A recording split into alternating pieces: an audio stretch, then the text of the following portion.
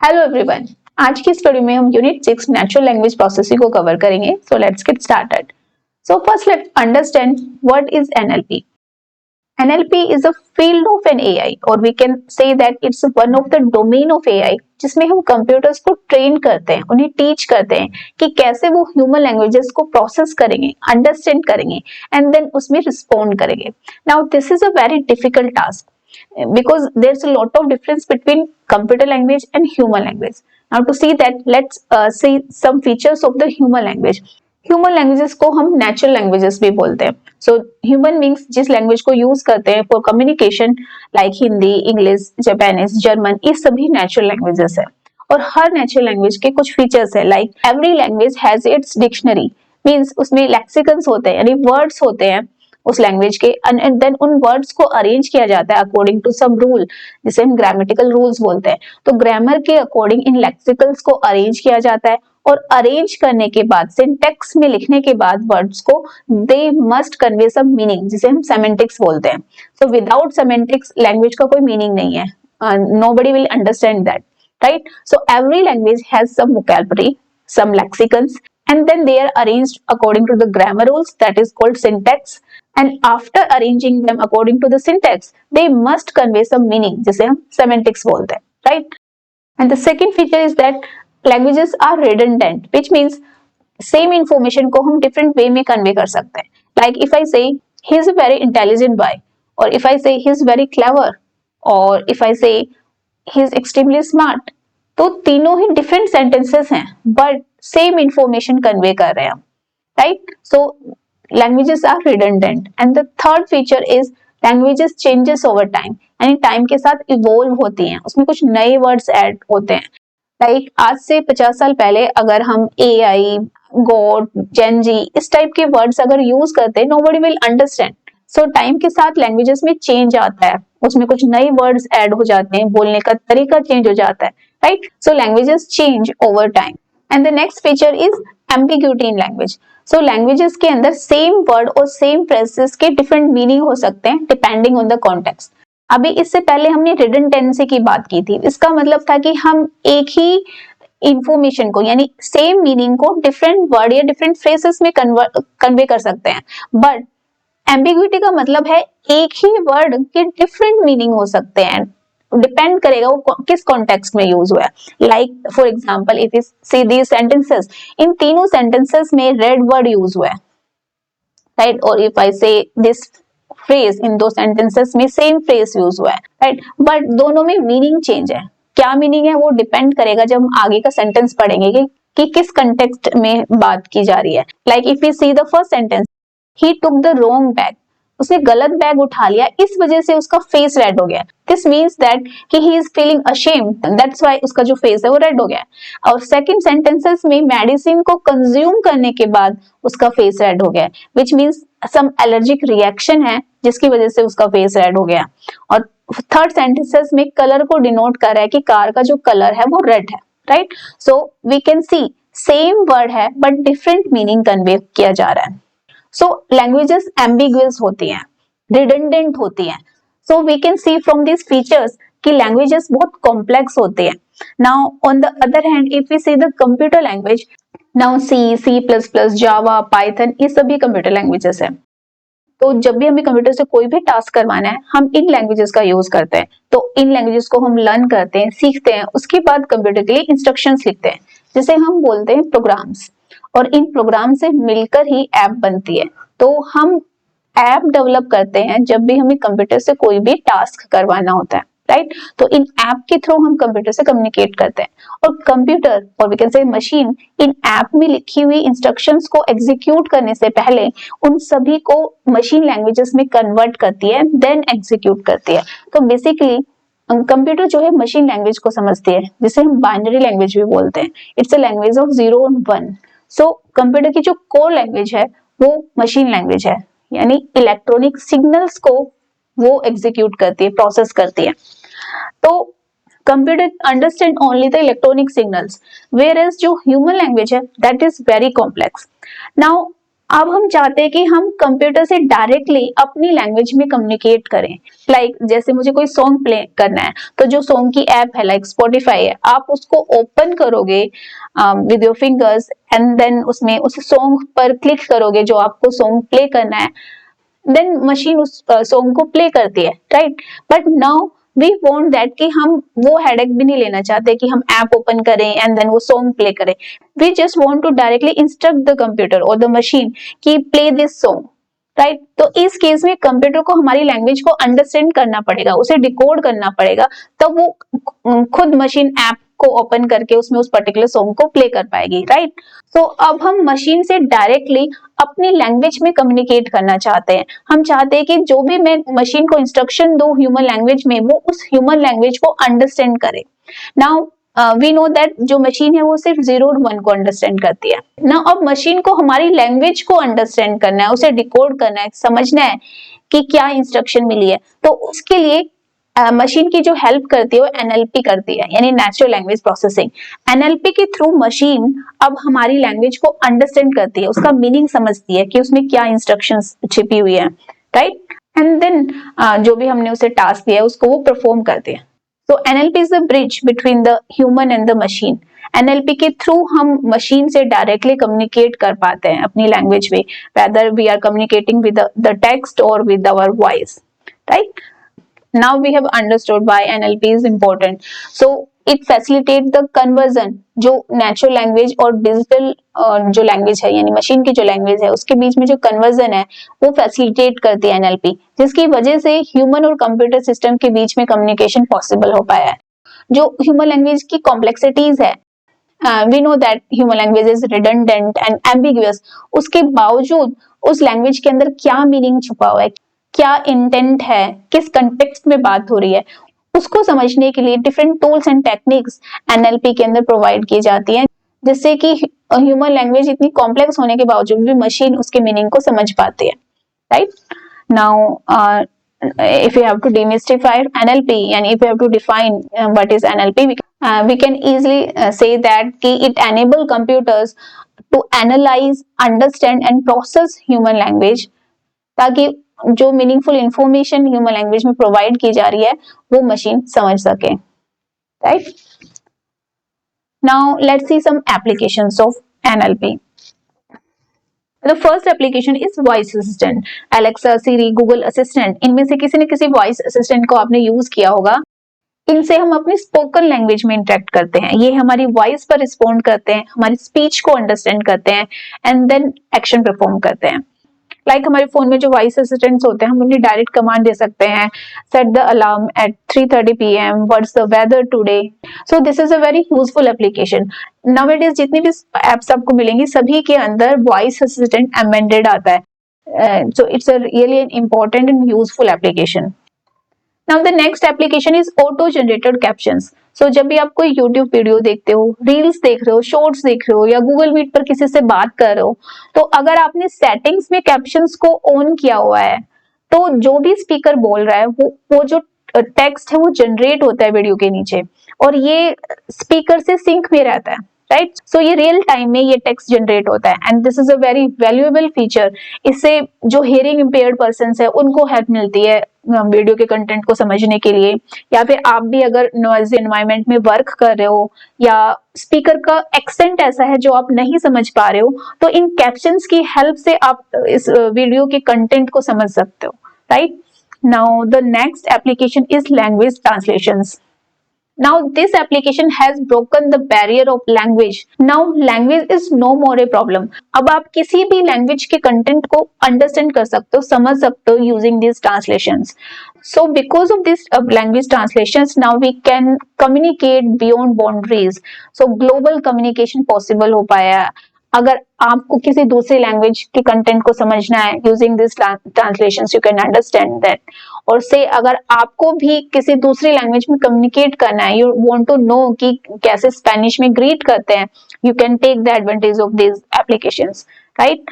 तो अब आप किसी भी भाषा के टेक्स्ट को इन ट्रांसलेशंस के थ्रू समझ सकते हो, right. Now the next application is sentiment analysis. Now ये एनएलपी एप्लीकेशन टेक्स्ट के अंदर जो इमोशंस हैं, सेंटिमेंट्स हैं, उनको एनालाइज करती है, उनको अंडरस्टैंड करती है कि जो स्पीकर है या राइटर है उसका ओपिनियन क्या है, वो किस टोन में बात कर रहा है, वेदर उसका जो टोन है वो पॉजिटिव है, नेगेटिव है या फिर न्यूट्रल है, राइट। एंड इस एनालिसिस से बिजनेस और कंपनीज को हेल्प मिलती है, वे अपने कस्टमर्स को अंडरस्टैंड कर सकते हैं कि उनके कस्टमर्स उनके प्रोडक्ट्स और सर्विसेज के बारे में क्या सोचते हैं। कस्टमर्स के इमोशंस और ओपिनियन को अंडरस्टैंड करके वे अपनी प्रोडक्ट्स एंड सर्विसेज को इम्प्रूव कर सकते हैं, right. Now the next application is text classification. Now ये एप्लीकेशन टेक्स्ट को एनालाइज एंड अंडरस्टैंड करने के बाद उसको एक प्री डिफाइंड लेबल और कैटेगरी असाइन करती है। लाइक एक टेक्स्ट क्लासिफायर को फूड, स्पोर्ट्स और पॉलिटिक्स में से कोई एक कैटेगरी इस पर्टिकुलर आर्टिकल को असाइन करनी है, तो वो इस आर्टिकल को अंडरस्टैंड करेगा, एनालाइज करेगा। After understanding this article, it will assign one of these categories, right. And this is used in many application like in email filters. Email filters के अंदर भी जो ईमेल के अंदर टेक्स्ट लिखा होता है उसको अंडरस्टैंड किया जाता है, उसके बाद उसे क्लासिफाई किया जाता है वेदर इट इज स्पैम और not spam, right. So this is also an example of text classification. Now the next is keyword extraction.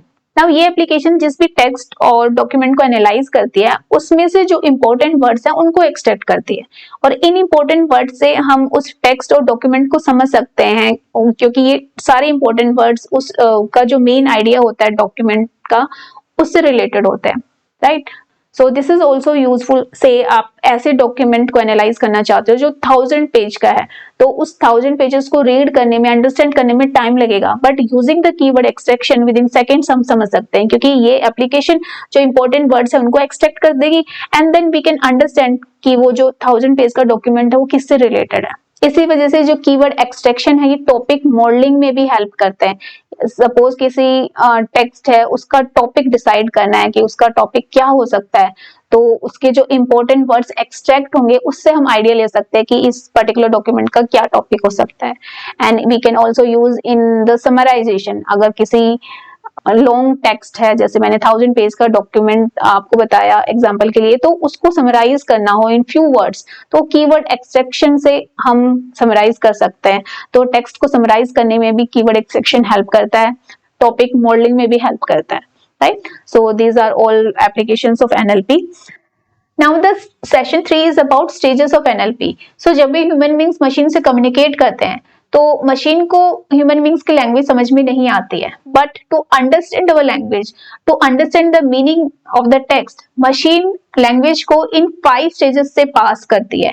After processing the text through these 5 stages, machine finally understand the meaning behind the text, right? So let's see these stages one by one. First let's see the lexical analysis.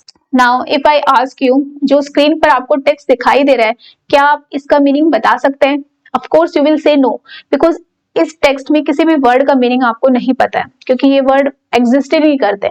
So from this example you can understand that कि किसी भी language को समझने के लिए you must know the meaning of the words, right? So this is what machine does in its first stage. ये लेक्सिकल्स को यानी वर्ड्स को एनालाइज करती है, उसको समझती है। So जब भी मशीन को कोई भी टेक्स्ट मिलता है तो सबसे पहले मशीन टेक्स्ट को ट्रीट करती है as a stream of characters. तो ह्यूमन बींग्स जब भी किसी टेक्स्ट को देखते हैं they directly understand it, but machine जब भी एक टेक्स्ट को देखती है वो सिर्फ कलेक्शन ऑफ कैरेक्टर्स को देखती है। It doesn't know paragraph, it doesn't know sentence, उसे वर्ड की मीनिंग नहीं पता है, वर्ड्स क्या होते हैं। तो स्टार्टिंग में मशीन को जो भी इनपुट मिलता है, जितना भी टेक्स्ट मिलता है, उसे ट्रीट करती है as a collection of characters. So जब ये कलेक्शन ऑफ कैरेक्टर्स मिलते हैं तो फर्स्ट स्टेज में मशीन इन सभी कैरेक्टर्स को डिवाइड करती है पैराग्राफ्स में, then into sentences, then into words, finally पूरे टेक्स्ट को वर्ड्स में डिवाइड कर देती है। So it broken down the lengthy text, the whole text into smaller chunks, जिन्हें हम words बोलते हैं, और we can also say them lexemes, और we can also say them tokens, right? So पूरे text को वो finally words में और we can say tokens में convert कर देती है। अब human beings तो words का meaning जानते हैं, but machine doesn't know the meaning of the word. But वो ये चेक करती है कि क्या ये जो लेक्सिम्स इसे मिले हैं क्या ये वैलिड वर्ड है लैंग्वेज के या नहीं, ये वो चेक करती है अपनी डिक्शनरी से। सो इसके जो डिक्शनरी होते हैं उसे लेक्सिकन बोला जाता है, राइट। सो ये अपने लेक्सिकन में चेक करती है कि ये जो भी वर्ड इसे मिला है टेक्स्ट को ब्रोकन डाउन करने के बाद क्या ये वैलिड है या नहीं, क्या ये इसकी डिक्शनरी में इसके लेक्सिकन में एग्जिस्ट करता है या नहीं। तो लेक्सिकन से इन सभी लेक्सिम्स की वैलिडिटी को चेक करती है, राइट।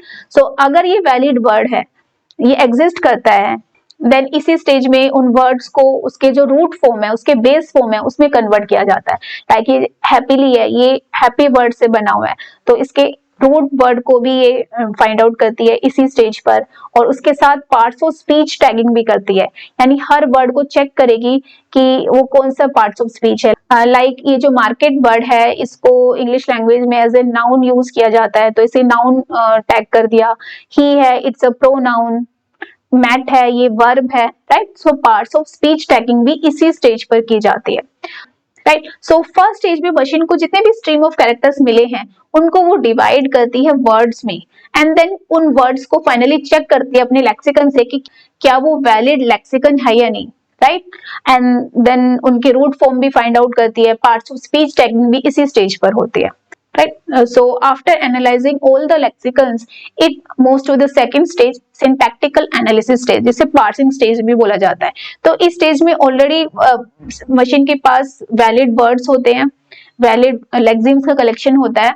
अब वो चेक करते हैं कि क्या इन वर्ड्स को अरेंज किया जा सकता है अकॉर्डिंग टू द ग्रामर और नॉट, राइट। तो यहाँ पर सेंटेंस की ग्रामर चेक होती है, तो it uses various techniques for that, like it uses the purchase tree, वो पार्सेस ट्री बनाकर भी चेक कर सकती है। इफ यू सी द जो भी सेंटेंस होता है उसमें एक नाउन फ्रेज होता है, वर्ब फ्रेज होता है, तो so it takes the first word Ravi and it parse this word through this tree and it sees that it fits here in the noun phrase, right. इसी तरीके से सेकेंड वर्ड लिया, it is a verb and verb will fit here. After that it finds a preposition, the preposition will fit here, and after the preposition there may be a determiner, so determinant will fit here, and then there is a noun. So parse tree create करके सभी lexemes को parse tree से parse करके it can understand okay all of these words can be arranged according to the grammar, so this means that grammar is correct. So after checking the grammar is correct, now it moves to the third stage, semantic analysis stage. Now this stage is the most difficult stage. यहाँ पर उसे words का meaning find out करना है। We know that machine doesn't understand language. उसे किसी भी word का मीनिंग नहीं पता है, तो अब वो मीनिंग को कैसे एनालाइज करते हैं। If we see the hot ice cream, हम देखते ही समझ सकते हैं कि आइसक्रीम कभी हॉट नहीं हो सकते, तो this is a incorrect phrase. The same way market went to the Ravi, this is also incorrect sentence. तो ये जो सेंटेंस है पहली दो स्टेजेस से पास हो गया है, बिकॉज वैलिड लेक्सिकन्स हैं, ग्रामर के अकॉर्डिंग अरेंज्ड भी हैं, so it passes through the previous two stages. But at this stage machine find out करती है कि क्या ये कुछ सेंस क्रिएट कर रहे हैं या नहीं, इज दिस सेंटेंस मीनिंगफुल और not. We know that machine doesn't understand language. So इस स्टेज में डिफरेंट रूल्स हैं जो मशीन के अंदर फीड होते हैं, नॉलेज बेस होता है इसका, वर्ड्स के बीच में रिलेशनशिप्स होता है, डिफरेंट टेक्निक्स से यूज करती है to understand the meaning of this collection of the words. Now if you see this sentence, हम देखते ही समझ सकते हैं कि इस सेंटेंस का कोई मीनिंग नहीं है, बट मशीन कैसे समझेगी। तो मशीन सेमेंटिक एनालिसिस में इसका मीनिंग समझने के लिए डिफरेंट टेक्निक्स यूज करती है। It can use the subject action technique, verb की कंपैटिबिलिटी चेक कर सकती है सब्जेक्ट के साथ या फिर ऑब्जेक्ट के साथ। Like if you see in this sentence, यहाँ पर ये जो बाय है ये एक्शन वर्ब है, और ये जो एक्शन वर्ब है it can only be perform by a living being, but ये चेक करती है इस एक्शन वर्ब से पहले फ्रूट्स है, तो ये अपनी नॉलेज बेस में चेक करती है कि जो फ्रूट्स है ये एक ऑब्जेक्ट है, it is not a living being, तो एक ऑब्जेक्ट बाय का एक्शन परफॉर्म नहीं कर सकता है। So that's how it reject this sentence.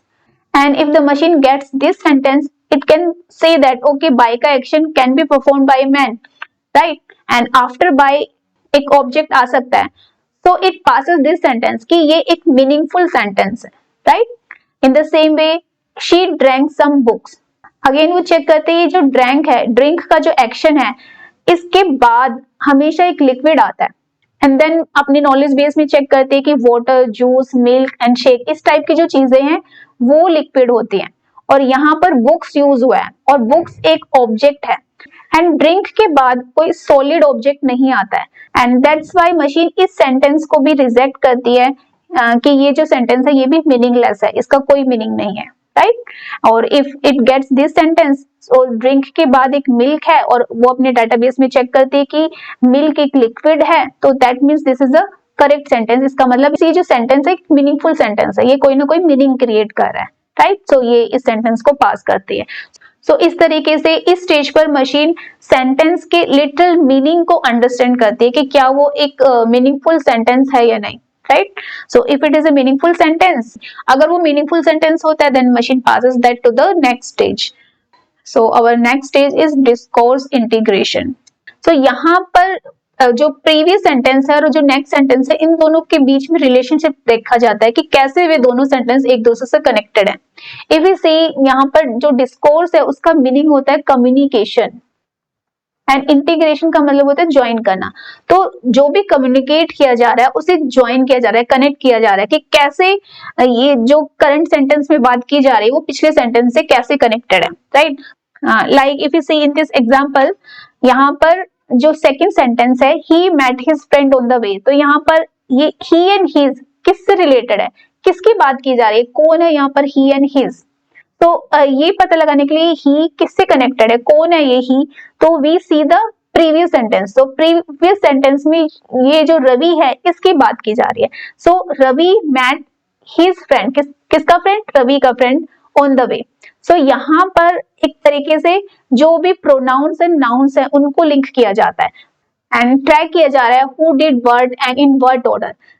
तो एक तरीके से सेंटेंसेस को कनेक्ट किया जा रहा है, दोनों के बीच में रिलेशनशिप देखा जा रहा है कि दोनों कैसे कनेक्टेड है। सो अगर डिस्कोर्स इंटीग्रेशन ना हो, अगर हम स्टेज 3 में देखें तो वहां पर सिर्फ इंडिविजुअल सेंटेंसेस का मीनिंग फाइंड आउट किया जा रहा है। सो अगर सभी इंडिविजुअल सेंटेंसेस का मीनिंग हम क्रिएट कर देंगे तो हमें होल मीनिंग क्या कन्वे किया जा रहा है पूरे टेक्स्ट में वो हमें समझ में नहीं आएगा। तो अगर डिस्कोर्स इंटीग्रेशन स्टेज ना हो, we can not find out the whole story कि पूरे टेक्स्ट में कौन क्या कर रहा है, किस ऑर्डर में कर रहा है। Like if you see in this sentence, यहाँ पर पहले गो एक्शन परफॉर्म हो रहा है बाय रवि, एंड देन उसके बाद ही मीट का एक्शन परफॉर्म हो रहा है, किससे मिला, वो अपनी फ्रेंड से। तो ये पूरी एक स्टोरी बन गई है। तो यहाँ पर पूरी जो होल स्टोरी है इस टेक्स्ट की वो हमें समझ में आ रही है कि एक पर्सन है, वो मार्केट जाता है, देन वो अपने फ्रेंड से मिलता है। तो अगर डिस्कोर्स इंटीग्रेशन नहीं होगा तो हमारे पास दो अलग मीनिंगफुल सेंटेंसेस होंगे कि एक रवि पर्सन है वो मार्केट जाता है, फिर देन एक दूसरा पर्सन है वो अपने फ्रेंड से मिलता है। सो दोनों जब तक कनेक्ट नहीं होंगे we can not know the whole story. तो discourse integration preceding sentence and the succeeding sentence दोनों को कनेक्ट करता है, दोनों के बीच में रिलेशनशिप चेक करता है, right. Now after this the next stage is pragmatic analysis stage. Now ये वो स्टेज है जहां पर एनएलपी लैंग्वेज को ह्यूमन लाइक बनाती है। तो यहाँ पर जो वर्ड्स हैं इनके मीनिंग चेक किए जाते हैं, बट रियल वर्ल्ड सिनेरियो में, क्योंकि कभी कभी जो वर्ड्स होता है उनका जो लिटरल मीनिंग होता है वो नहीं होता, बल्कि वो कुछ और ही मीनिंग कन्वे कर रहे होते हैं। सो वर्ड्स जो लिटरली कन्वे कर रहे हैं वो ना कन्वे करके वो कुछ और हिडन मीनिंग कन्वे करते हैं। तो वो जो हिडन मीनिंग है वो फाइंड आउट करने का काम प्रैग्मेटिक एनालिसिस करती है। तो यहाँ पर प्रैग्मेटिक का मतलब ही है प्रैक्टिकल। तो रियल वर्ल्ड में क्या बात कही जा रही है, किस कंटेक्स्ट में बात की जा रही है, वो फाइंड आउट करते हैं प्रैग्मेटिक एनालिसिस। लाइक एग्जांपल के लिए, से one person says let's go for a movie, the other person replied I have an exam tomorrow. तो यहाँ पर दूसरे पर्सन ने ना यस में जवाब दिया ना नो में, but it says I have an exam tomorrow. तो यहाँ पर जो मीनिंग कन्वे किया जा रहा है वो ये नो का मीनिंग कन्वे किया जा रहा है कि I can't go for movie. In the same way, if we take another example, if someone says it's hot here, so यहाँ पर वो वेदर की बात नहीं कर रहा, indirectly he wants to say that कि AC ऑन कर दो या फैन ऑन कर दो, right? और like if you say exam was a piece of cake, तो ये phrase है, तो यहाँ पर exam piece of cake नहीं है, but we want to say that कि it's very easy. So if we see जो semantic phase था वहां पर हम literal meaning find out कर रहे थे, राइट।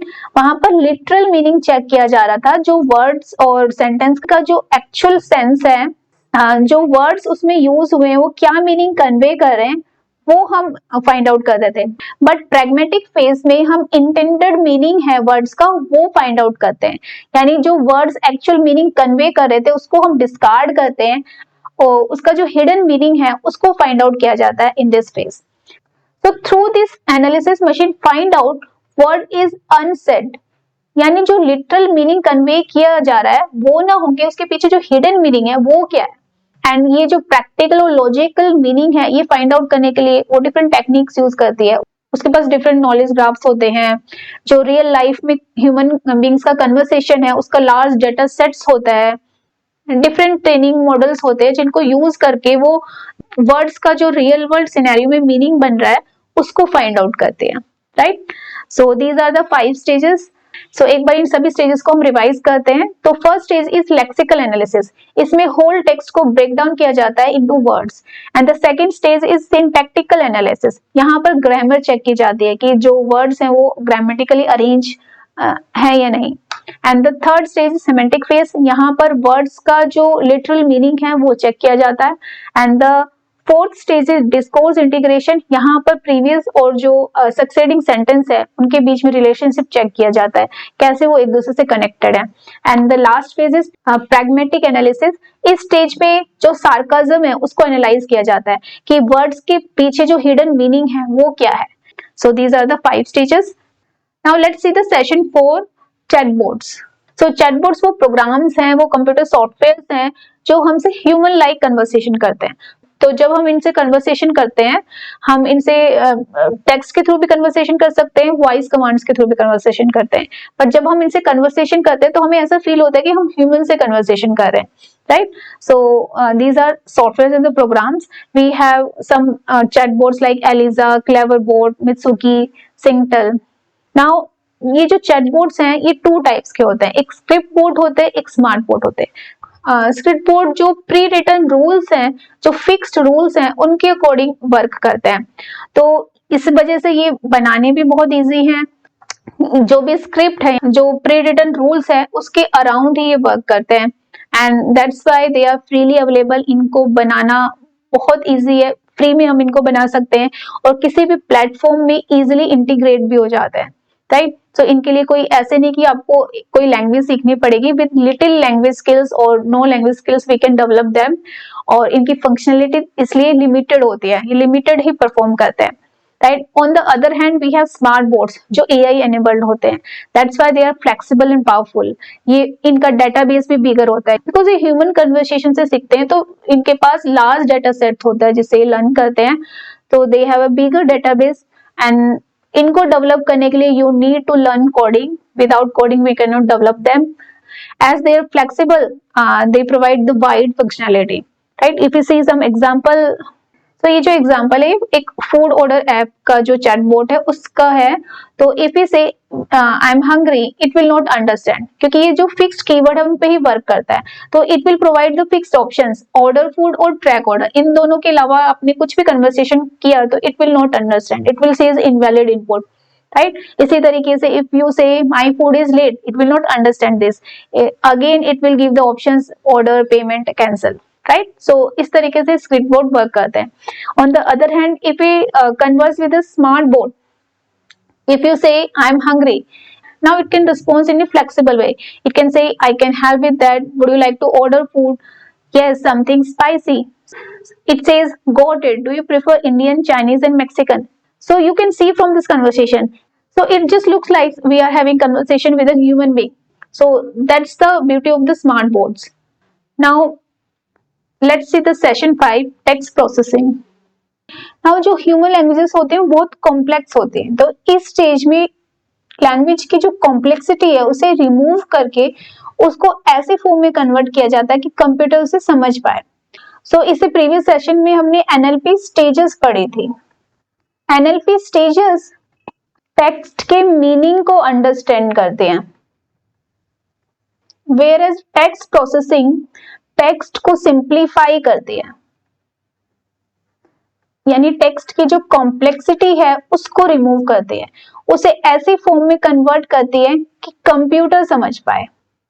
लाइक जैसे ये सेंटेंस है, students are reading books, now इस सेंटेंस की जगह पे अगर सिर्फ ये 3 वर्ड्स यूज किए जाते, then also we can understand the meaning of this sentence, right? So इस सेंटेंस के अंदर जितने भी कॉम्प्लेक्सिटीज है, लाइक यहाँ पर आर यूज हुआ है, आईएनजी यूज हुआ है, बुक्स के साथ जो हमने एस या ईएस लगाया हुआ है, इनकी जरूरत नहीं है, इनके बगैर भी हम जो टेक्स्ट है उसका मीनिंग समझ सकते हैं।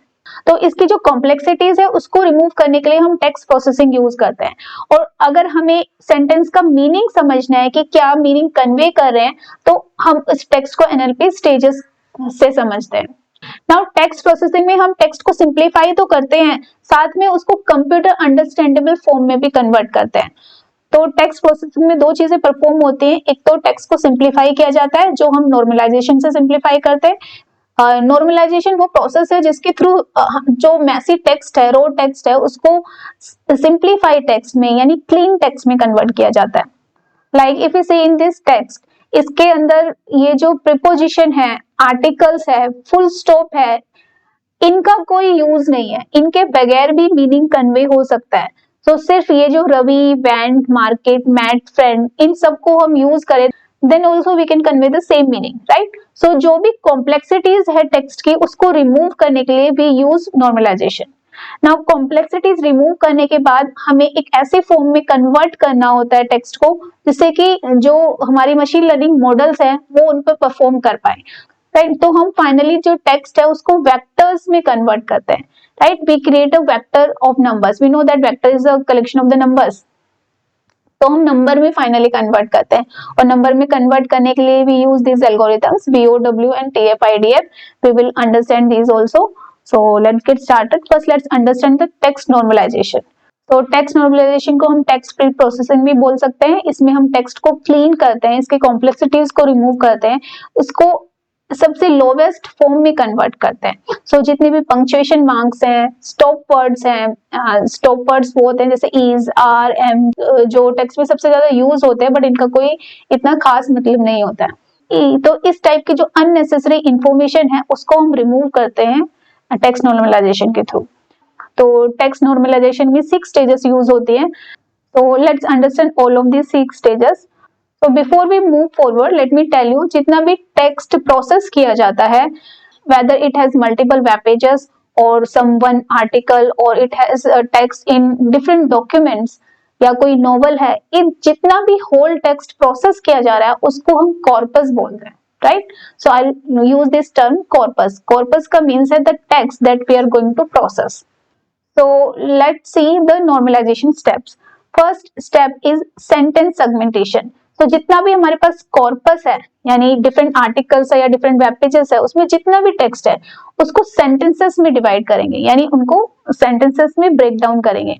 Like if you see here in this example, हमारे पास जो होल टेक्स्ट है वो ये पैराग्राफ है, यानी दिस इज द कॉर्पस, और इस कॉर्पस में देखा जाए तो ओनली 2 सेंटेंसेस है। तो जो फर्स्ट स्टेज है नॉर्मलाइजेशन की, उसमें हमने सेंटेंसेस में ब्रेक डाउन कर दिया, तो इस पैराग्राफ से हमें 2 सेंटेंसेस मिले, राइट? सो हम अपने कॉर्पस को सेंटेंसेस में डिवाइड करते हैं। And the second stage is tokenization. अब सेंटेंस में डिवाइड करने के बाद उस सेंटेंसेस में से वर्ड्स निकालेंगे, तो अब हम सेंटेंसेस को वर्ड्स में डिवाइड करेंगे, इन वर्ड्स को हम बोलते हैं टोकन्स। तो सेंटेंस सेगमेंटेशन में हमें 2 सेंटेंस मिले थे, तो जो पहला सेंटेंस था वो ये था, इसको जब हमने ब्रेक डाउन किया वर्ड्स में और टोकन्स में, we got these tokens, right? Now tokens में कन्वर्ट करने के बाद जो नेक्स्ट स्टेप होता है that is removing the stop words, special characters and numbers. So जो भी अननेसेसरी इंफॉर्मेशन है उसको हमें टेक्स्ट में से रिमूव करना है। लाइक जितने भी आर्टिकल्स हैं, कंजक्शंस हैं, प्रीपोजिशंस हैं या सिंबल्स है कोई या नंबर्स हैं। एग्जैक्ट सम केसेस जैसे कि ईमेल आईडी है, ईमेल आईडी के अंदर ये जो @ का सिंबल है वो यूज होता है, उसमें लेटर्स एंड कुछ सिंबल्स भी यूज हो सकते हैं। सो उस केस में हम इन सिंबल्स और नंबर्स को रिटेन कर सकते हैं, अदरवाइज जितनी भी अननेसेसरी इंफॉर्मेशन होती है उसको रिमूव किया जाता है कॉर्पस में से, राइट?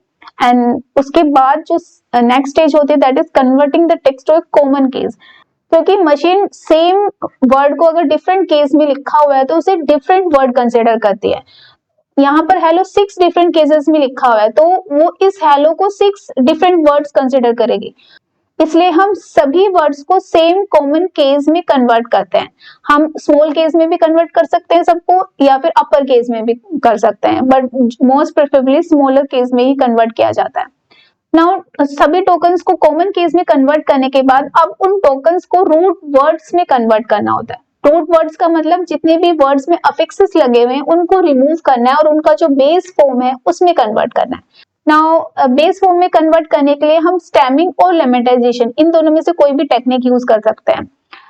तो लेट्स सी दोनों में डिफरेंस क्या है। जब भी हम स्टेमिंग यूज करते हैं तो जो भी हमें रूट वर्ड मिलता है, स्टेमिंग के थ्रू जब हम कन्वर्ट करते हैं तो जो रूट वर्ड होता है उसे हम स्टेम कहते हैं। तो जो भी हमें स्टेम वर्ड मिलते हैं हो सकता है उनका कोई मीनिंग ना हो। सो जो स्टेमिंग है इट डजंट गारंटी कि ये हमें मीनिंगफुल रूट वर्ड देगी। On the other hand, if we use a lemmatization, it always guarantees that it will give us the meaningful root word. और जो रूट वर्ड्स लेमेटाइजेशन के through हमें मिलता है उन रूट वर्ड्स को लेमा बोला जाता है। तो लेमा के थ्रू जब भी कन्वर्ट किया जाता है टोकन को रूट वर्ड में, बेस फॉर्म में, तो हमेशा वो एक मीनिंगफुल रूट वर्ड होता है। Right now you will say that कि तो बेटर है हम लेमेटाइजेशन यूज करें, हमें फिर स्टेमिंग की जरूरत क्या है। But stemming is fast than lemmatization, क्योंकि जो लेमेटाइजेशन है वो correct root word find out करती है, तो it takes times, that's why it is slow, whereas stemming is very fast. So जितने भी एप्लीकेशंस हैं जहां पर fast processing is more important than the meaning, वहां पर हम स्टेमिंग यूज करते हैं। लाइक जैसे कि सर्च इंजन है, वहां पर यूजर को फास्ट रिस्पॉन्स देना मोर इम्पोर्टेंट है। अगर कुछ वर्ड्स की एग्जैक्ट मीनिंग नहीं भी मिले, then also it can find lots of data from a large database for the user, right? So research engine में fast processing is more important, whereas lematization को आप वहां पर यूज कर सकते हो जहां पर मीनिंग ज्यादा इंपॉर्टेंट है। लाइक चैटबॉट्स है, वहां पर यूजर के इंटेंट को समझना ज्यादा जरूरी है in comparison to the fast reply, right? So वहां पर लेमेटाइजेशन यूज करके रूट वर्ड्स में कन्वर्ट किया जा सकता है। सो स्टेमिंग के अंदर जो कन्वर्टेड वर्ड होता है उसे स्टेम बोला जाता है और लेमेटाइजेशन में उसे लेमा बोला जाता है। So this is the difference between the stemming and lemmatization. So इनमें से कोई भी एक टेक्निक यूज की जा सकती है डिपेंडिंग ऑन द एप्लीकेशन कि कौन से एप्लीकेशन आप डेवलप कर रहे हो। सो दीज आर द 5 और वी कैन से 6 स्टेजेस, आपकी बुक में 6 स्टेजेस मेंशन है, लेमेटाइजेशन को एक अलग स्टेप में लिखा हुआ है। So these are the steps जिनको यूज करके हम टेक्स्ट को नॉर्मलाइज करते हैं, हम एक कॉम्प्लेक्स टेक्स्ट को सिंप्लीफाइड टेक्स्ट में कन्वर्ट करते हैं, यानी जो लैंग्वेज है उसकी कॉम्प्लेक्सिटीज को रिमूव करते हैं। तो एक बार हम फिर से इन सभी स्टेप्स को देख लेते हैं। तो सबसे पहला स्टेप जो होता है आपका टेक्स्ट प्री प्रोसेसिंग में और वी कैन से नॉर्मलाइजेशन में, कि हम जितना भी कॉर्पस है हमारे पास उसको सेंटेंसेस में डिवाइड करते हैं। उसके बाद हम सेंटेंसेस को टोकन्स में डिवाइड करते हैं, उस स्टेप को हम बोलते हैं टोकनाइजेशन। एंड देन हम स्टॉप वर्ड्स को रिमूव करते हैं। तो जो भी अननेसेसरी इंफॉर्मेशन होती है हमारे कॉर्पस में उन सब को हम रिमूव कर देते हैं, राइट? सो जो भी स्टॉप वर्ड्स हैं, सिंबल्स हैं, नंबर्स हैं, जो इतना मीनिंग कन्वे नहीं कर रहे कॉर्पस में, उन सबको रिमूव कर देते हैं। उसके बाद आता है कॉमन केस स्टेज, यानी जितने भी टोकन्स हैं उन सबको सिमिलर केस में कन्वर्ट करते हैं, यानी सबका एक ही केस बना देते हैं, राइट? या तो सबको स्मॉल केस में करते हैं या फिर कैपिटल केस में। देन उसके बाद आती है स्टेमिंग एंड लेमेटाइजेशन स्टेज। यहाँ पर जितने भी अफिक्सेस होते हैं टोकन्स के अंदर उनको रिमूव किया जाता है, जो रूट वर्ड है, बेस फॉर्म है वर्ड की, टोकन की, उसमें कन्वर्ट किया जाता है, right? So after this stage we have got the simplified text, बिल्कुल क्लीन टेक्स्ट हमें मिलता है। नाउ इस क्लीन टेक्स्ट को अब हमें नंबर्स में कन्वर्ट करना है, ताकि जो मशीन लर्निंग मॉडल्स हैं वो उस पर वर्क कर पाए, उसको प्रोसेस कर पाए। So let's see how do we convert them. So we convert the simplified text into numbers using bag of words and TF-IDF algorithms. और ये दोनों एल्गोरिथम जितने भी टोकन्स हैं उनको नंबर्स में कन्वर्ट करते हैं। तो every number is called a feature of our text, right? That's why in दोनों टेक्निक को फीचर एक्सट्रैक्शन टेक्निक बोला जाता है, right? So these techniques will give us the vectors, और इन वेक्टर्स में जितने भी नंबर्स होते हैं, each number is a feature of our text. जैसे कि हमने पिछले चैप्टर में पढ़ा था, फाइनली हम पूरी इमेज को एक वेक्टर में कन्वर्ट करते हैं और उस वेक्टर के अंदर जितने भी नंबर्स होते हैं वो फीचर होता है इमेज का। सो यहाँ पर भी जो हमें वेक्टर्स मिलेंगे उनके अंदर जितने भी नंबर्स हैं, they are the features of our language, our text जिसको हम प्रोसेस कर रहे हैं, राइट। सो ये दो टेक्निक्स हैं जिनको हम यूज करेंगे अपने टेक्स्ट को नंबर्स में कन्वर्ट करने के लिए। First let's see the bag of words algorithm. So जैसा कि अभी मैंने आपको बताया, बैग ऑफ वर्ड्स एल्गोरिथम को हम यूज करते हैं टेक्स्ट के फीचर्स को एक्सट्रैक्ट करने के लिए, बिकॉज ये bag of words algorithm numbers में कन्वर्ट करेगा। वो नंबर क्या है? टेक्स्ट के फीचर्स ही है। तो से हमारे पास एक कॉर्पस है और जब हमने नॉर्मलाइजेशन किया we have got these tokens, right. So यहाँ पर हमने जितनी भी कॉम्प्लेक्सिटीज है उनको रिमूव कर दिया, रूट वर्ड्स में कन्वर्ट कर दिया, स्टॉप वर्ड्स को रिमूव कर दिया, राइट। सो उसके बाद हमें ये टोकन्स मिलते हैं। अब ये जो जितने भी टोकन्स हमें मिले हैं इन सभी को हम बैग ऑफ वर्ड्स एल्गोरिथम में पुट करते हैं, राइट, उसमें पास करते हैं। तो जो बैग ऑफ वर्ड्स एल्गोरिथम क्या करेगा, कॉर्पस के अंदर जितने भी टोकन्स हैं उन सब को यूज करके हमें एक वोकैबुलरी देगा that contains the unique words of the corpus, and वो वर्ड उस कॉर्पस में कितनी बार यूज हुआ है उसकी ऑकरेंस भी हमें देगा, right. So we can see that ये जो रवि है ये 2 टाइम्स हमारे इस कॉर्पस में यूज हुआ है। We can see here Ravi, यहाँ पर भी है, एक रवि नीचे भी है, राइट। तो हम कह सकते हैं कि जो बैग ऑफ वर्ड्स एल्गोरिथम है ये हमें 2 चीजें देता है, एक वोकैबुलरी, एक है फ्रीक्वेंसी, यानी एक पर्टिकुलर वर्ड कितनी बार कॉर्पस में यूज हुआ है, कितने नंबर ऑफ टाइम कॉर्पस में यूज हुआ है उसकी फ्रीक्वेंसी हमें देता है, राइट। तो if you have to implement this algorithm, क्या स्टेप्स हैं जो हमें फॉलो करने होंगे। फर्स्ट है कि हमें टेक्स्ट को प्री प्रोसेस करना होगा। तो अभी हमने पिछली स्लाइड में देखा कि हमारे पास जो कॉर्पस है उसे हमने नॉर्मलाइज किया, नॉर्मलाइज करने के बाद हम बैग ऑफ वर्ड्स एल्गोरिथम में पास कर रहे हैं। तो दैट मींस नॉर्मलाइजेशन करना जरूरी है। तो जो फर्स्ट स्टेप है दैट इज नॉर्मलाइजेशन, जिसको हम प्री प्रोसेसिंग भी बोलते हैं। तो हमें जितना भी डाटा है, जितना भी टेक्स्ट है उसे कलेक्ट करना है और उसको प्री प्रोसेस करना है, जो कि हम नॉर्मलाइजेशन कर। उसके बाद सेकंड स्टेप क्या है, जितने भी टोकन्स हमें मिले उसकी एक डिक्शनरी क्रिएट करनी है, राइट। डिक्शनरी क्रिएट करने का मतलब क्या है कि अगर कोई वर्ड्स बार बार रिपीट हो रहा है तो वो उसे सिर्फ एक ही बार यूज करना है। तो we have to create a list of unique words. And third step है डॉक्यूमेंट वेक्टर बनाना। डॉक्यूमेंट वेक्टर का मतलब क्या है कि जितने भी यूनिक वर्ड्स की डिक्शनरी हमने बनाई है पिछले स्टेप में, अब ये देखेंगे उसमें हर वर्ड कितनी बार यूज हुआ है कॉर्पस में, यानी उनकी फ्रीक्वेंसी हम लिखेंगे, राइट। अब यही काम हमें सभी डॉक्यूमेंट्स के लिए करना है। लाइक हमारे पास 2 डिफरेंट फाइल्स हैं या 3 आर्टिकल्स हैं जिनको हम प्रोसेस कर रहे हैं, तो हर आर्टिकल के लिए, हर फाइल के लिए हमें ये डॉक्यूमेंट वेक्टर टेबल बनानी पड़ेगी। So let's understand this with the help of an example. से हमारे पास ये कॉर्पस है। सो यहाँ पर 3 डॉक्यूमेंट्स हैं हमारे कॉर्पस में, डॉक्यूमेंट 1, 2 एंड 3। सो अभी तो मैंने एक ही सेंटेंस लिया है ताकि हम इस बैग ऑफ वर्ड्स एल्गोरिथम को समझ पाए, बट एक डॉक्यूमेंट कितना भी बड़ा हो सकता है 1000 पेज का हो, 100 पेज का हो। सो बट अंडरस्टैंडिंग पर्पस के लिए यहाँ पर एक ही सेंटेंस का यूज किया गया। और जब आपको भी एग्जाम में एक सेंटेंस वाला एग्जांपल मिलेगा तो हम ये ध्यान रखेंगे हम उसमें से स्टॉप वर्ड्स रिमूव नहीं करेंगे, अदरवाइज हमारे जो डॉक्यूमेंट उसमें कोई वर्ड ही नहीं बचेगा, तो we can not see the difference कि क्या हमें एग्जैक्टली रिजल्ट में मिलता है। तो सबसे पहला स्टेप क्या होगा जब भी हमें बैग ऑफ वर्ड्स एल्गोरिथम बनाना है, we have to first pre process the text, यानी हमें नॉर्मलाइजेशन करना है। तो नॉर्मलाइजेशन में क्या होगा, अगर हम फर्स्ट डॉक्यूमेंट को नॉर्मलाइजेशन करेंगे तो हमें क्या करना होता है, सभी को टोकन्स में डिवाइड करना होता है, यानी पूरे सेंटेंस को वर्ड्स में डिवाइड करना है। उसके बाद स्टॉप वर्ड्स रिमूव करने हैं, बट हम ये छोटा सेंटेंस है तो हम इसमें स्टॉप वर्ड्स रिमूव नहीं करेंगे। फिर सबको स्मॉल केस में कन्वर्ट करना है, सेम केस में, राइट। और रूट वर्ड्स यूज करने हैं तो वो सब हम करेंगे। तो आफ्टर नॉर्मलाइजेशन हमें ये टोकन्स मिलेंगे।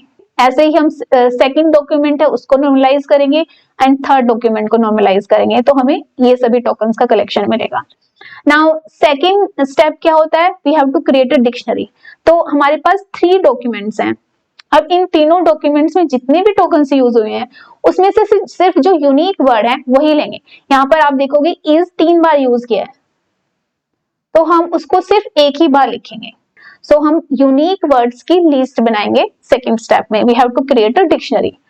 एंड उसके बाद थर्ड स्टेप है we have to create a document vector. Document vector का मतलब है अब हम हर वर्ड यानी जो भी हमने डिक्शनरी बनाई है वो वर्ड पूरे कॉर्पस में कितनी बार यूज हुआ है उसकी फ्रीक्वेंसी लिखेंगे।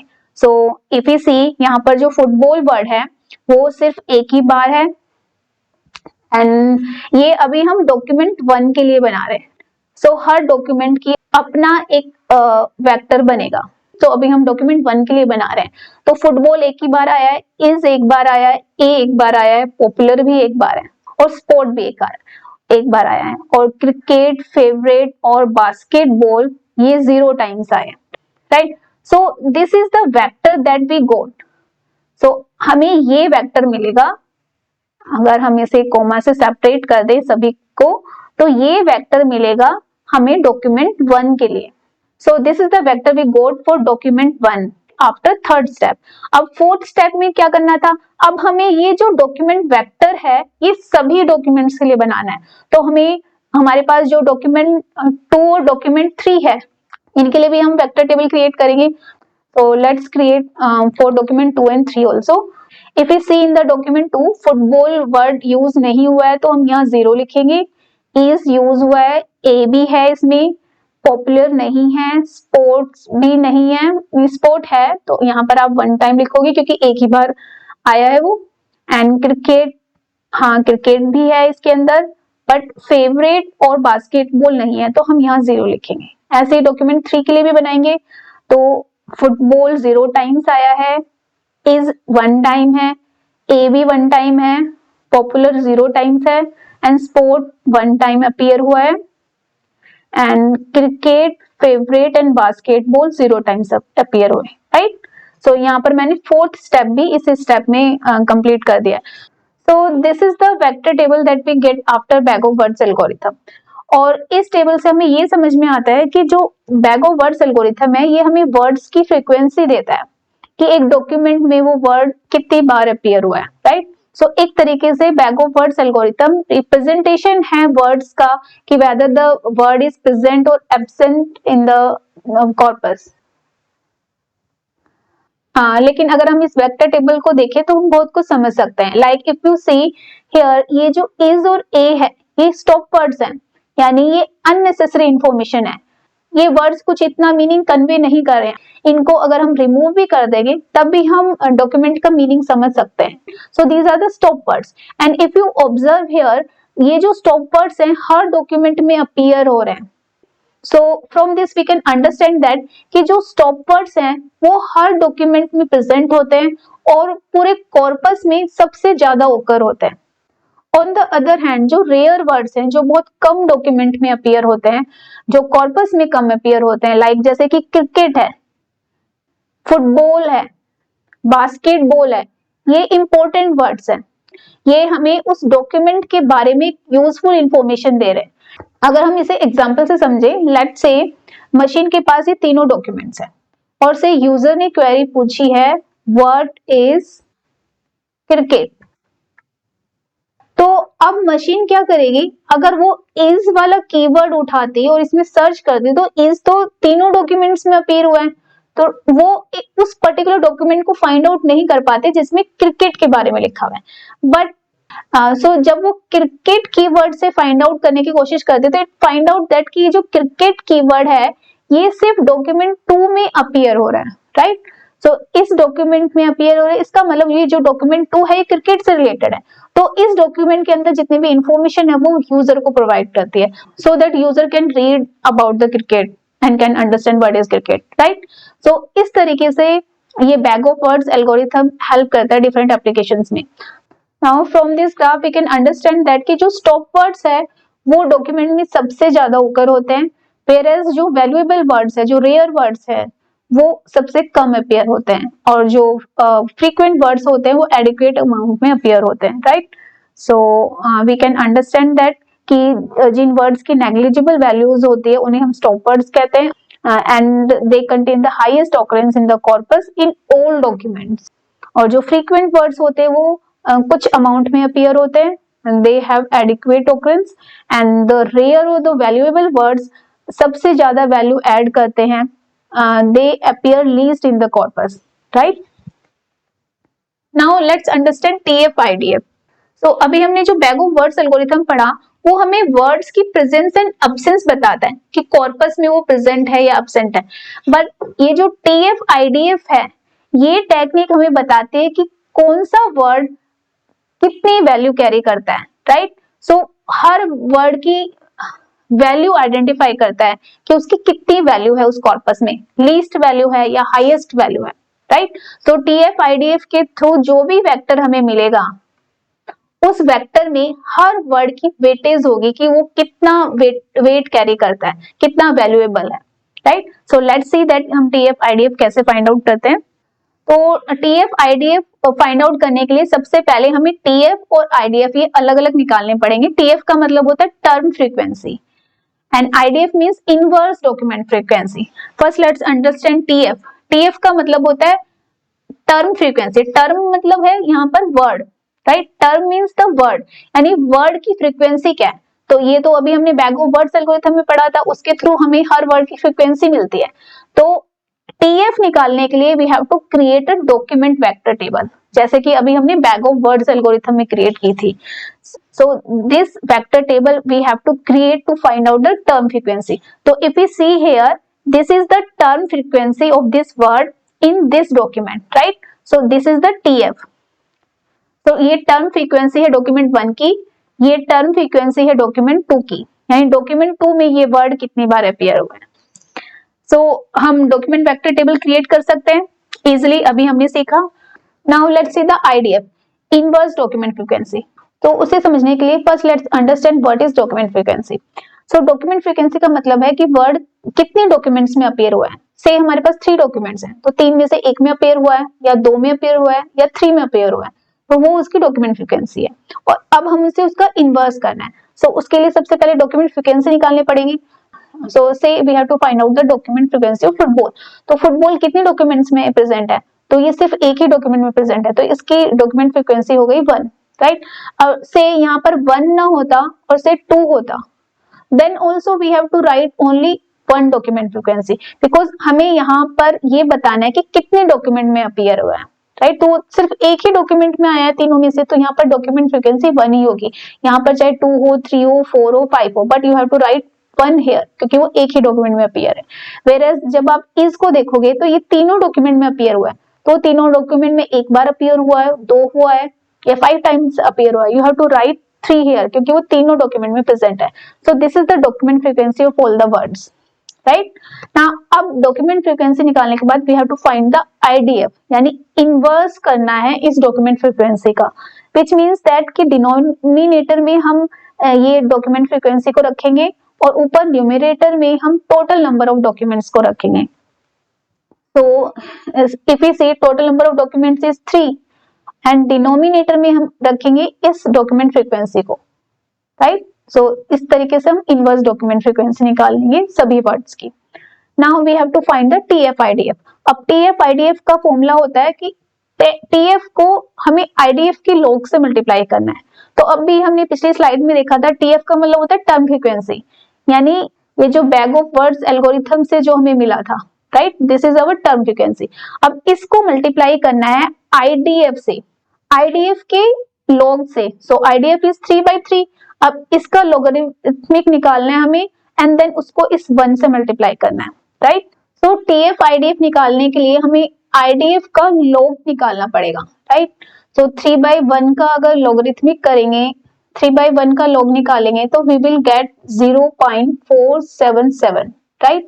सो एग्जाम में 2 या 3 डॉक्यूमेंट्स होते हैं, तो आपको 3/3, 3/2, 3/1 इसका लॉग पता होना चाहिए। ये बेस 10 का लॉग है क्योंकि यहाँ पर बेस मेंशन नहीं है,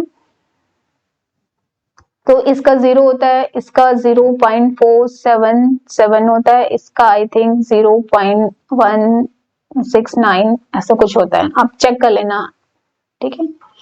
सो 3/3 का लॉग करेंगे, वी विल गेट 0, इसका भी 0 मिलेगा। 3/1 का 0.477, 3/3 का भी 0 है, इसका 0.477 and then again 0.477, again 0.477, right? So we have got the log of IDF. अब हमें टर्म फ्रीक्वेंसी से मल्टीप्लाई करना है, तो हमें जो भी हमें लॉग मिला है इसको हर वैल्यू से मल्टीप्लाई करना है, राइट। सो यहाँ पर हमें 0 मिला है तो इसको इन तीनों से मल्टीप्लाई करना है, इन तीनों की टर्म फ्रीक्वेंसी से मल्टीप्लाई करना है, राइट। तो if you have to find TF IDF for document 1, तो यहाँ पर देखेंगे फुटबॉल की डॉक्यूमेंट 1 के अंदर जो टर्म फ्रीक्वेंसी है वो 1 है, तो 1 को हम मल्टीप्लाई करेंगे विद इट्स लॉग IDF। तो इस वर्ड की लॉग IDF ये पूरे कॉर्पस के लिए है, राइट। 0.477 इससे मल्टीप्लाई करेंगे तो हमें आंसर में 0.477 मिलेगा, right. Now if you see in the document 2, उसके अंदर जो टर्म फ्रीक्वेंसी है फुटबॉल की वो 0 है। अब 0 को 0.47 से मल्टीप्लाई करेंगे तो हमें 0 मिलेगा। डॉक्यूमेंट 3 के अंदर भी इसकी टर्म फ्रीक्वेंसी 0 है तो इसलिए हमें 0 मिलेगा, राइट। और अगर हम इज और ए को देखें, इनका जो लॉग IDF है वो तो 0 आया है, तो टर्म फ्रीक्वेंसी चाहे कुछ भी हो वी विल गेट 0। और अगर हम पॉपुलर देखें, इसका जो लॉग IDF आया वो 0.477 आया है, सो यहाँ पर हमें 477 मिलेगा बिकॉज इसकी टर्म फ्रीक्वेंसी कितनी है, 1 है। बाकी डॉक्यूमेंट 2 और 3 के अंदर इसकी टर्म फ्रीक्वेंसी 0 है तो हमें 0 मिल जाएगा। And in the same way यहाँ पर जो स्पोर्ट है इसका लॉग IDF 0 है तो टर्म फ्रीक्वेंसी चाहे कुछ भी हो we will get 0, right. But in तीनों केस में सिर्फ डॉक्यूमेंट 2 में हमें 0.477 मिलेगा, बाकी सब में 0 होगा क्योंकि टर्म फ्रीक्वेंसी 0 है, right. So this is how we calculate TF IDF. Now अब अगर हम TF IDF को ऑब्जर्व करेंगे, TF IDF क्या है, हर वर्ड की वेटेज बता रहा है कि उस पर्टिकुलर डॉक्यूमेंट में इस वर्ड की वेटेज क्या है। सो इफ यू सी जो फुटबॉल है डॉक्यूमेंट 1 के अंदर, दिस इज द डॉक्यूमेंट 1, इस डॉक्यूमेंट 1 में इसकी वेटेज 0.477 है, जबकि डॉक्यूमेंट 2 और 3 में इसकी वेटेज 0 है, राइट। इसकी कोई वैल्यू नहीं है इस वर्ड की डॉक्यूमेंट 2 और 3 के अंदर, but it's valuable word for document 1, right. ऐसे ही जो इज और ए है, जो डॉक्यूमेंट में सबसे ज्यादा ऑकर हो रहे थे, उनकी TF IDF we can see 0 आई है, विच मीन्स दैट इन दोनों वर्ड्स की कोई वैल्यू नहीं है किसी भी डॉक्यूमेंट में। पूरे कॉर्पस में इनका जो वेटेज है सबसे लो है, बिल्कुल वेटेज ही नहीं है, right. So these are the stop words. तो हमें TF IDF से वर्ड की वैल्यू पता चलती है कि वो वर्ड पूरे कॉर्पस में कितना वैल्यूएबल है। So from this we can easily understand that कि जो स्टॉप वर्ड्स हैं उनकी TF IDF 0 है, मतलब दे हैव नेग्लिजिबल वैल्यू।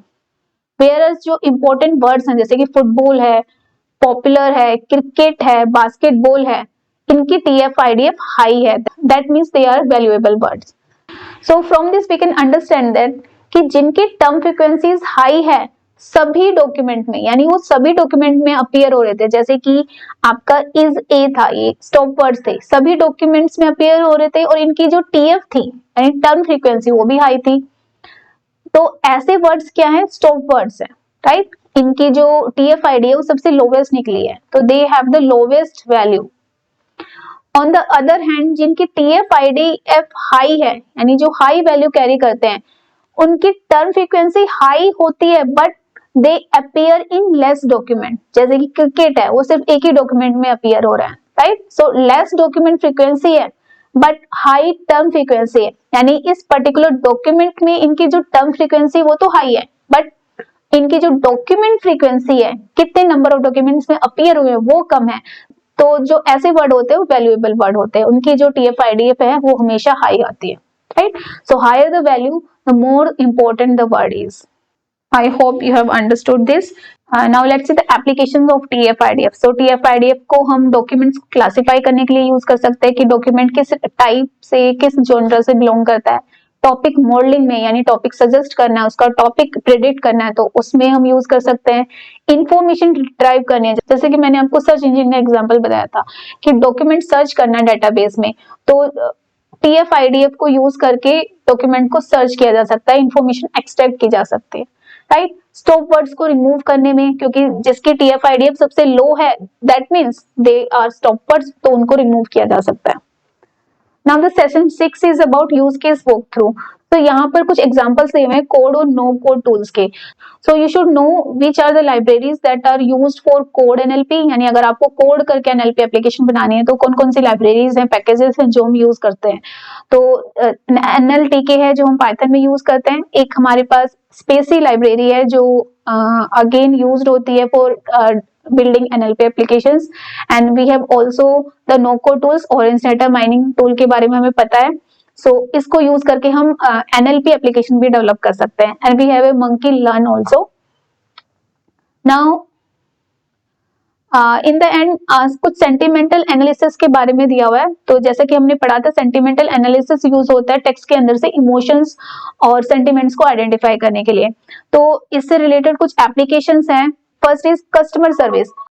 सो जितने भी बिजनेस हैं, कंपनीज हैं, उनके जितने भी कस्टमर्स हैं वो उनको मेल करते हैं, मैसेज करते हैं, उनसे इंटरेक्ट करते हैं थ्रू डिफरेंट मीडियम्स. तो जब वो इंटरेक्ट करते हैं तो there thousands and lakhs of customers. इन सभी कस्टमर्स के मेल्स एंड मैसेज को पढ़ना इतना इजी नहीं होता. तो सेंटिमेंटल एनालिसिस के थ्रू क्या कन्वे किया जा रहा है, कस्टमर्स क्या कहना चाहते हैं, वो हम समझ सकते हैं, right. And the second is voice of the customers. So जितने भी कस्टमर्स हैं वो जो सोशल मीडिया प्लेटफॉर्म्स है वो उन पर क्या कमेंट करते हैं, उनके प्रोडक्ट्स एंड सर्विसेज रिलेटेड, या फिर प्रोडक्ट के रिव्यूज क्या दे रहे हैं. तो उन रिव्यूज को, उन कमेंट्स के अंदर जो इमोशंस हैं, उनके ओपिनियन है, उनको समझने के लिए वॉइस ऑफ कस्टमर्स का यूज किया जाता है. So these are the two different applications. एक तो सोशल मीडिया प्लेटफॉर्म्स पे जो कमेंट्स किए जा रहे हैं, प्रोडक्ट्स के जो रिव्यूज दे रहे हैं कस्टमर्स, उनको समझने के लिए वॉइस ऑफ कस्टमर एप्लीकेशन होती है. एक होती है कस्टमर सर्विस एप्लीकेशन जो डायरेक्टली कस्टमर ऑर्गेनाइजेशन से, कंपनी से इंटरेक्ट करते हैं, उनके इमोशंस को डिटेक्ट करने के लिए कस्टमर सर्विस यूज होती है, right. So this is your whole chapter. Now that's it for today. I'll see you in the next video with some new topic.